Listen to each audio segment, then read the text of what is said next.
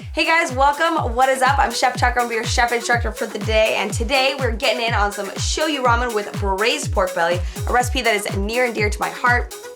So I had the opportunity of working closely with some excellent ramen masters from Japan.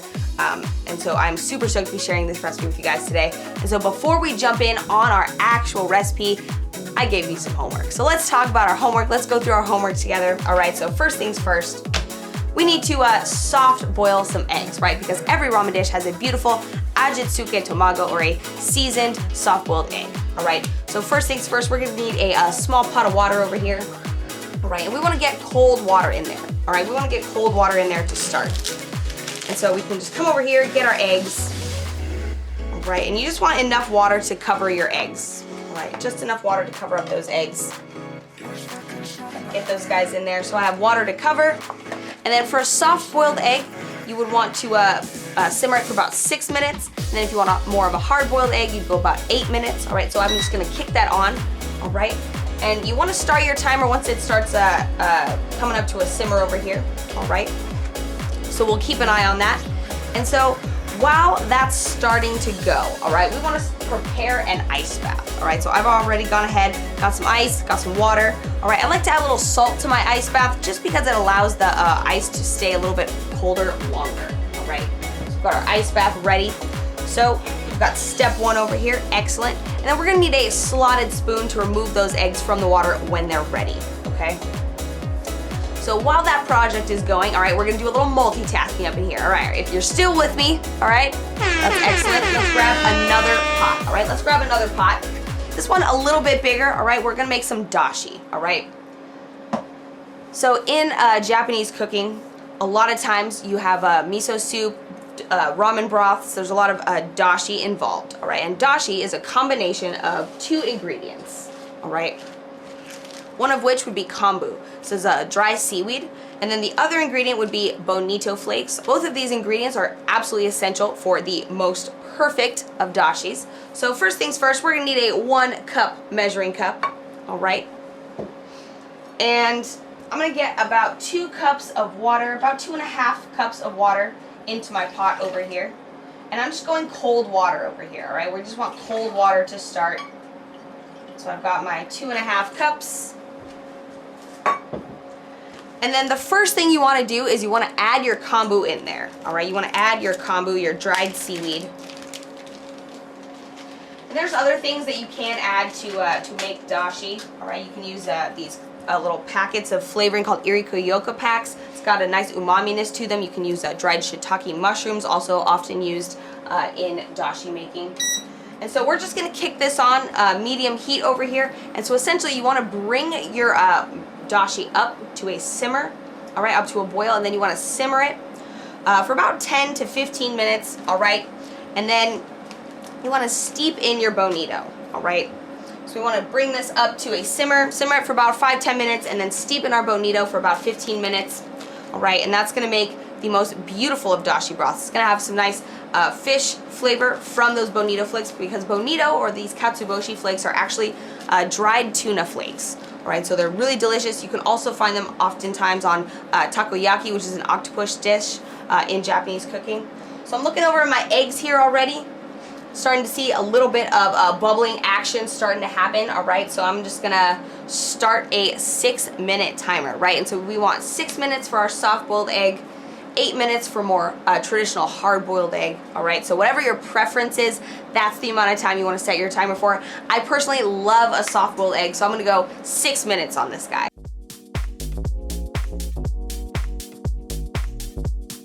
All right, guys, it has been 6 minutes for me over here on my timer, so I'm gonna come over here, remove my soft-boiled eggs from that boiling water, right? And I'm gonna plop them directly into my ice bath, okay? And you want to leave them in that ice bath for at least half the time that they cooked for. All right, so we'll just let those cool down, and then once they're nice and cold, we can peel them, right? So we will set those aside, let those really have a chance to cool down, because the ice bath is really important to stop the cooking process. So in order to really achieve that soft-boiled egg, or If you're doing a hard-boiled egg and you don't want that green ring around the outside, sometimes you see the yolk has that weird green ring around it, so that ice bath really prevents that egg from overcooking or getting any further cooked than you would want it to be, right? So our kombu has been steeping in our water over here. It's been simmering away. It's getting that beautiful seaweed flavor into our water over here. And so for this next part of our dashi, you want to turn your heat off. All right, you want to turn your heat off. And the reason for that is that bonito flakes are very delicate, all right? And so if you put them into boiling water, they start to disintegrate, all right? And that's how you'll get kind of particulates or little pieces that kind of break down floating around in your dashi. And while that's totally all right, that's not the biggest issue, we really want to kind of get a clean looking dashi broth. So if you turn the heat off and then steep your bonito flakes in, kind of like tea almost, that really yields a lot of flavor without getting a lot of extra particulates floating around, disintegrating in there, right? And so we're gonna get this beautiful dashi over here. And so again, my kombu is in there, simmered for about 5 minutes, turned off the heat, added that bonito flakes in there, all right? And then we're gonna let this steep for about 15 minutes, all right? And you just can let it off heat. You don't need to put a lid on it or anything. It can just hang out for about 15 minutes, all right? Excellent.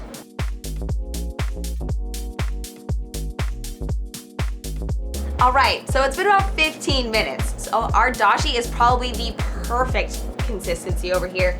So I'm gonna take my fine mesh strainer and I'm gonna strain off the kombu and bonito flakes from my dashi, all right? You don't want any particulates in there, all right?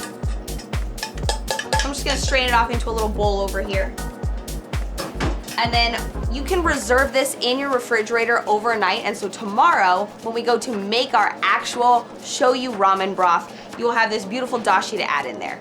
All right, guys, so what I've done over here is my eggs, right? I took them out of that boiling water after 6 minutes so they're at a nice soft boil. Plopped them right into my ice bath, shocking them, right? Stopping that cooking process, making sure they don't overcook, they don't get over soft boiled, or whatever boiling temperature you'd like. And then you just want to peel them, right? Once they've been hanging out in that ice bath for a while, you just want to peel them.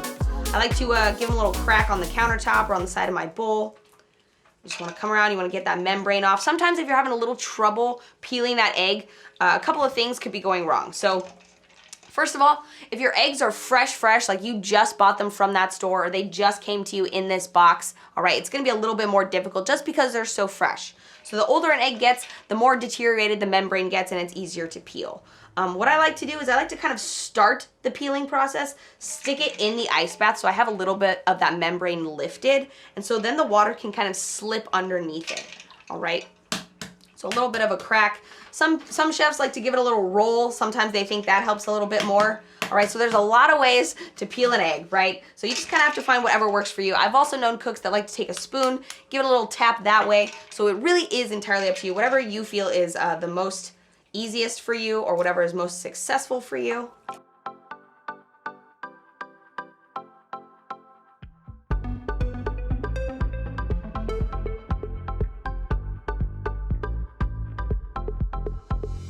Right, look at that. Check those out. You get your eggs nice and peeled. And then we're gonna plop them into some tare, right? We have some tare over here.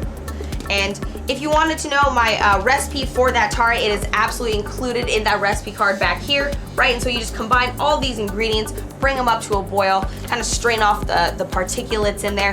Then you have this beautiful sauce here, this marinade, right? This tare, as they say in Japanese. You want to remove some tare for your pork belly, all right?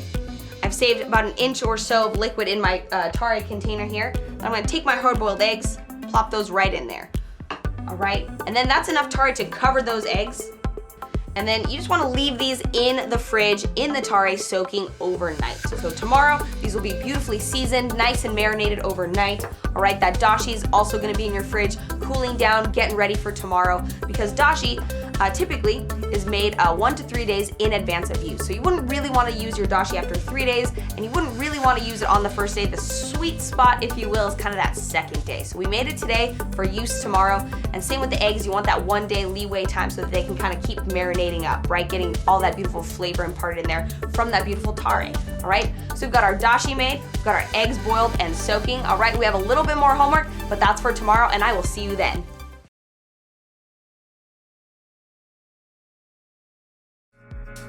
Hey guys, welcome back. So it is officially the day of your ramen class, right? So you are already on your way to an excellent bowl of ramen. You did your homework, right? We made some dashi, we soft boiled some eggs. All of that is hanging out in our fridge. Today is the day. So we have one more piece of homework to do before we actually get to class, right? And that's gonna be this beautiful slab of pork belly, right? It's about a 1 pound slab of pork belly over here. And the only things we're gonna need for our class here today is gonna be a baking safe dish, right? An oven safe dish, glass, metal, either way. We're gonna need some foil, and then we're gonna need the rest of the tare, right? We removed about an inch or so of liquid from our little container here for those eggs, for soaking our eggs. And then for this part, we're gonna braise our pork belly. So the braising technique is slow cooking your meat in liquid, and so that it kind of soaks up all of that juiciness, soaks up all of that flavor, and then at the end you have a beautiful tender piece of meat that's kind of been hanging out in that oven, okay? And then I popped my pork belly out of the package. I've been sitting it on some paper towels over here, kind of soak up any extra pork juice that's on there. And then I'm gonna plop it right into my baking dish, and then I'm gonna cover it with the tare. I'm gonna cover it with the extra tare. Now remember, we already soaked our eggs in the other portion of the tare. Right, so it smells delightful. So I've got this in here.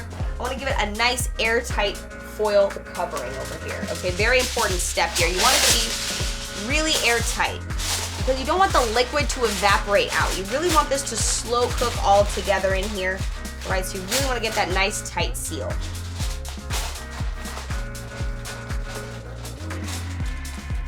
I've known some chefs to even put a layer of plastic before the foil in order to do some braising techniques as well. Today we can just go foil.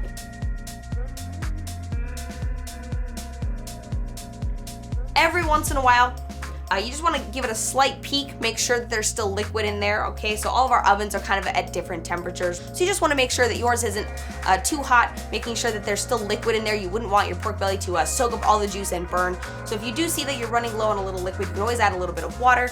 But for the most part, this should be all set. You should have the most beautiful and delicious braised pork belly, all right? So pop this in here, and I will see you for our actual class. I'll see you soon.